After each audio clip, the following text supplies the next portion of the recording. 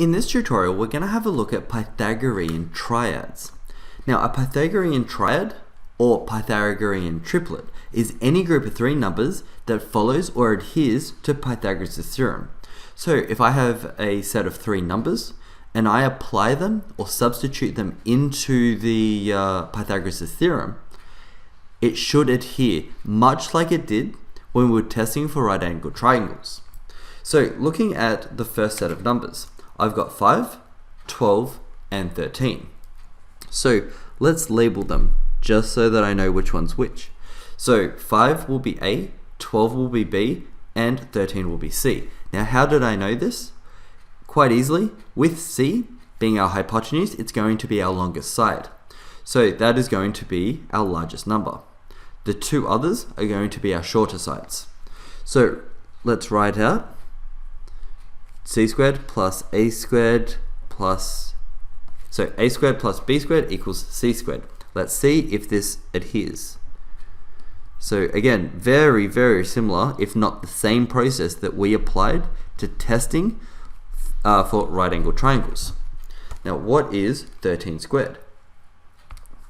169. Now let's see what 5 squared plus 12 squared is. 169. The two numbers on each side are equal.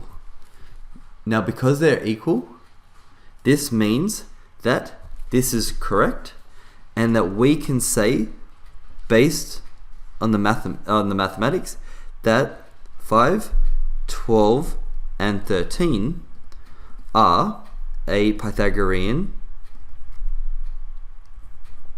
triad.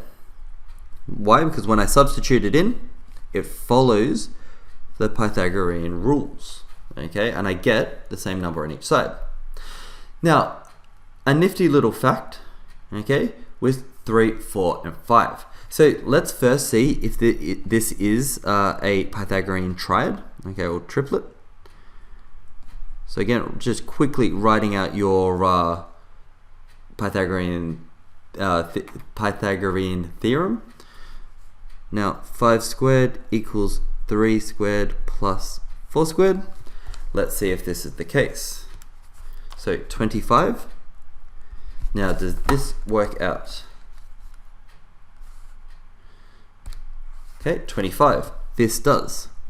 Watch when I multiply this whole thing by 2. So 3 times 2 is 6, 8, 10.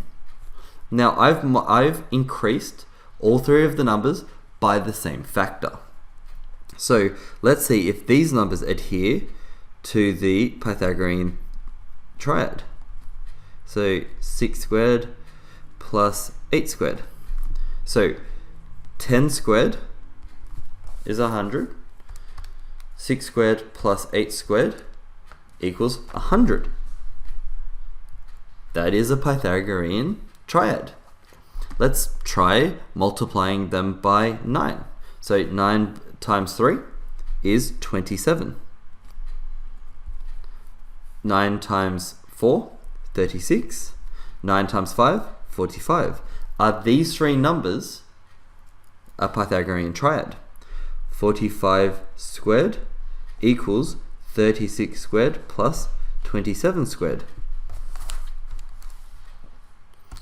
So 2025. Okay, these are in fact a Pythagorean triad. Now if I halve them, you would see the exact same thing. As long as you are increasing a Pythagorean triad by the same factor, whether that be 2, 9, 3, as long as you are applying the same factor, you will always get a Pythagorean triad. If, however, these numbers do not match, then the three numbers that you have started with are not classified as a Pythagorean triad, and you would state that. Therefore, numbers whatever are not a Pythagorean triad.